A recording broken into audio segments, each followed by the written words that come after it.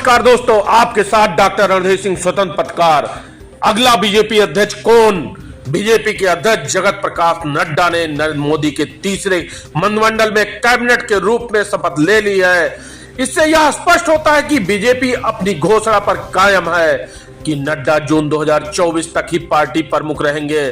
उनका कार्यकाल जनवरी 2023 में ही समाप्त हो गया था, लेकिन लोकसभा चुनाव को देखते हुए इसे जून 2024 तक बढ़ा दिया गया था।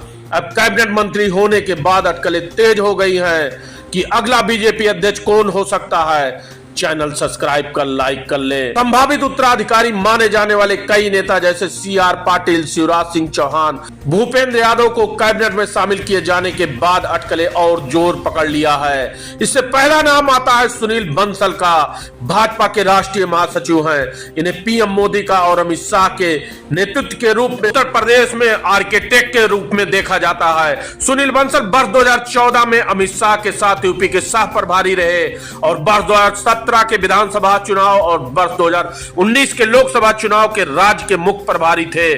सुनील बंसल RSS के पूर्व प्रचारक रहे हैं। ये राजस्थान से आते हैं। इन्हें अमित शाह का करीबी माना जाता है।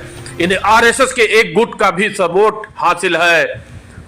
अगला नाम आता है विनोद तावड़े या सुनील बंसल की तरीके से बीजेपी के राष्ट्रीय महासचिव हैं। अच्छे प्रदर्शन के बाद इसे इस पद पर प्रमोट किया गया है। उन राज्यों में बीजेपी के कोऑर्डिनेटर थे जहां वर्ष 2022 में चुनाव हुए थे। विनोद तावड़े अखिल भारतीय विद्यार्थी परिषद के नेता थे। वह महाराष्ट्र में मंत्री भी रह चुके हैं। विनोद तावड़े को बहुत सुलझा हुआ और बहुत व्यवस्थित नेता माना जाता है। ये मराठा समुदाय से आते हैं। आरक्षण आंदोलन की वजह से कह सकते हैं कि यह अभी आसान है। विनोद तावड़े को भाजपा प्रमुख बनने से इस वर्ष के अंत में महाराष्ट्र में विधानसभा चुनाव से पहले हो सकता है कि एक पॉजिटिव सिग्नल भी जाए। खास बात यह जब वहां विकास आघाड़ी के हाथ में बीजेपी को करारी हार का सामना करना पड़ा हो, ऐसे में ही महत्व और बढ़ जाएगी। इसमें तीसरा नाम आता है ओम बिरला का। वर्ष 2019 से लेकर वर्ष 2024 तक लोकसभा अध्यक्ष रहे और ABP के बैकग्राउंड से आते हैं। लोकसभा क्षेत्र कोटा बूंदी से चुनकर संसद आए हैं। ये 6 बार लगातार चुनाव जीत चुके हैं। ओम बिरला को PM मोदी और अमित शाह के साथ साथ RSS का भी भरोसा हासिल है। चौथा नाम आता है ओम माथुर का।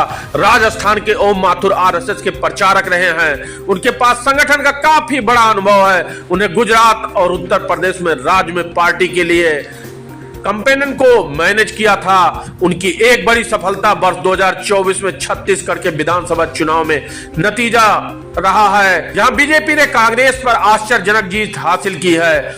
अगला नाम आता है अनुराग ठाकुर का। पूर्व केंद्रीय मंत्री अनुराग ठाकुर कैबिनेट से आश्चर्यजनक रूप से बाहर कर दिए गए लोगों में से एक हैं। उन्हें पिछली कार्यकाल में खेल और सूचना प्रसारण जैसे विभाग संभाले थे। लगातार 5वीं बार हिमाचल प्रदेश से हमीरपुर सीट से संसद चुनकर आए हैं। अनुराग ठाकुर को अध्यक्ष बनने का मतलब की होगा इस सीट पर लगातार 2 हिमाचली को इस सीट को संभालेंगे।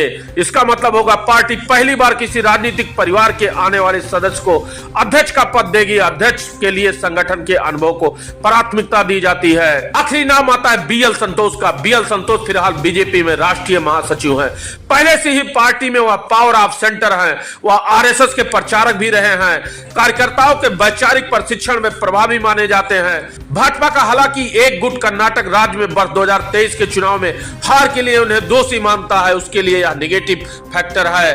बंसल तावड़े ओम बिरला माथुर के उलट हैं। BL संतोष मीडिया और सोशल मीडिया पर लगातार बयानबाजी की वजह से जाने जाते हैं। चैनल सब्सक्राइब कर लाइक कर लें और राजनीतिक खबरों के लिए जुड़े रहें। जय हिंद, जय भारत।